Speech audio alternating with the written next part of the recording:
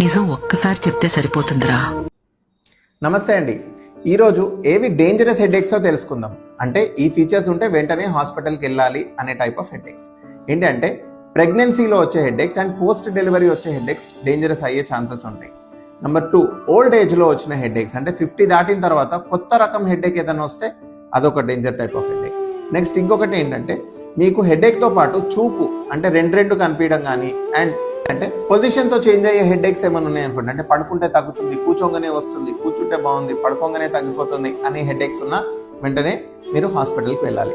And most importantly ఏంటంటే జ్వరము బాగా వచ్చినప్పుడు కొంచెం పిచ్చి పిచ్చిగా మాట్లాడుతూ తలకాయ నొప్పి వచ్చింది అనుకోండి, అది కొన్ని ఇన్ఫెక్షన్స్కి సంబంధించిన మెదడు వాపు అవ్వచ్చు. సో అప్పుడు కూడా హాస్పిటల్ని అప్రోచ్ అవ్వాలండి.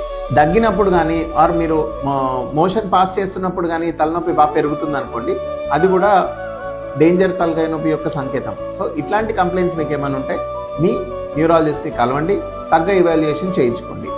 నెక్స్ట్ మైగ్రేన్ ఎట్లుంటుందో అండ్ వేరే టైప్స్ ఆఫ్ హెడేక్స్కి మనం ఏ విధంగా ప్రివెంట్ చేసుకుంటామో నెక్స్ట్ వీడియోలో చెప్తాను. Stay tuned. Thank you.